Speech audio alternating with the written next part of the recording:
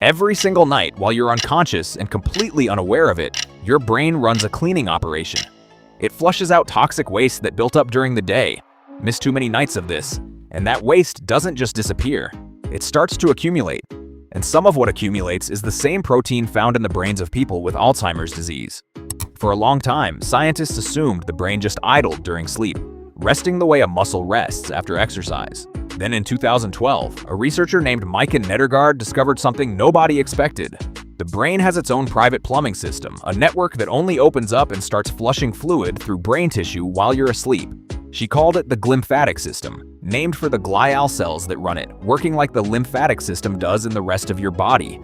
Here's the mechanism. All day, as your brain cells work, they produce metabolic waste, the byproduct of all that electrical and chemical activity. One of these byproducts is a protein called beta amyloid. While you're awake, this waste has nowhere to go. The channels between your brain cells are too narrow. But once you fall into deep sleep, specifically the deep, slow-wave stage of sleep, your brain cells actually shrink by as much as 60%. That shrinking opens up the spaces between them, and cerebrospinal fluid rushes in like a tide, washing through the tissue and carrying the waste out toward your bloodstream to be cleared. Your brain is not resting during deep sleep.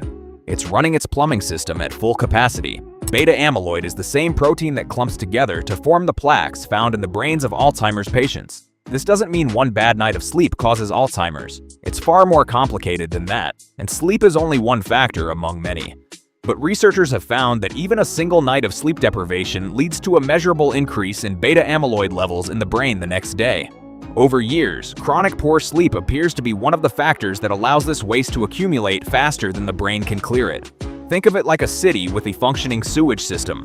Skip trash collection for one night and it's not a crisis. Skip it consistently for years and the waste starts piling up faster than any single cleanup can handle.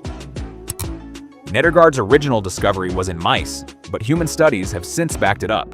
Brain imaging studies have shown that beta amyloid clearance in humans is significantly higher during sleep than during wakefulness, and that clearance is most efficient specifically during deep, slow-wave sleep, not just any sleep. This matters because not all sleep is equal for this purpose.